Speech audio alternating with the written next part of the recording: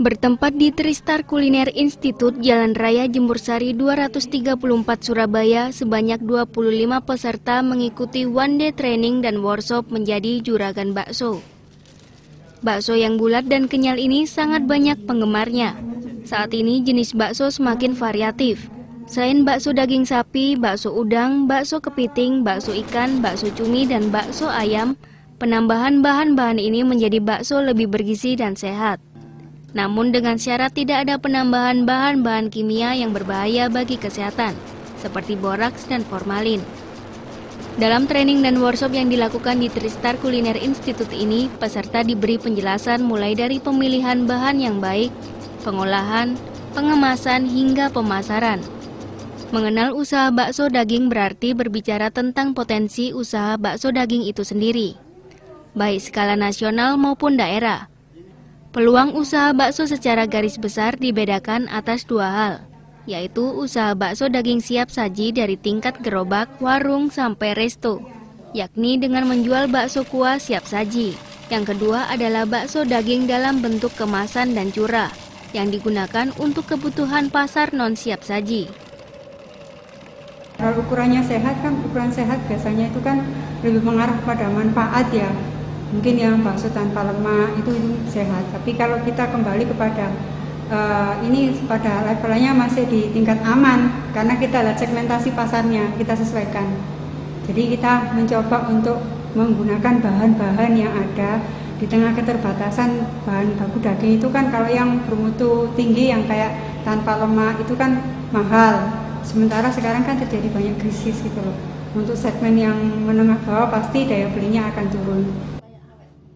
Dalam workshopnya, Yuyun juga menjelaskan tentang teknik emulasi, yaitu cara membuat adonan dengan mengikat lemak, minyak, dan air, sehingga tidak terpisah. Untuk aplikasi adonan bakso daging agar lebih murah bisa menambah lemak sapi atau minyak.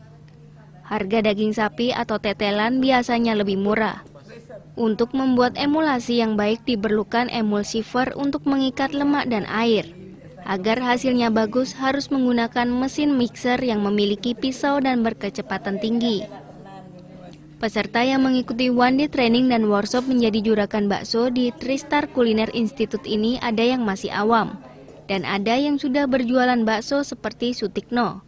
Peserta yang sudah berjualan bakso sebelumnya mengaku senang dan sangat membantu dirinya untuk melangkah lebih maju. Dalam workshop ini, Sutikno banyak mendapat pengalaman dan banyak perbedaan antara yang dipelajarinya saat workshop dengan cara membuatnya sebelum mengikuti workshop. Tujuannya kita kan ingin ikuti perkembangan yang ada di pasaran sekarang ini kan, orang pada bikin bakso itu besar-besar tapi harganya murah. Sementara kita kalau nggak ikuti pelatihan seperti ini, itu kita bikin bakso itu untuk ikutin dengan harga jual yang sama, ukuran besar kita nggak dapat untung. Hanya tujuannya kita supaya gimana kita bisa survive, usaha, dapat untung yang banyak, kemudian produk kita bisa seperti yang ada di pasaran sekarang ini. Untuk membuat bakso yang tepat diperlukan pengolahan yang tepat pula. Mutu bakso daging yang dijual meski dari gerobak atau eceran dalam kemasan harus standar. Pengertian standar bahwa bakso yang dijual harus sama, baik bentuk, rasa, dan teksturnya. Dalam membuat bakso yang sehat, Yuyun mengatakan yang sangat penting dijaga selama pembuatan bakso adalah kondisi bahan baku daging sebaiknya harus dingin dari proses penggilingan daging sampai pencetakan.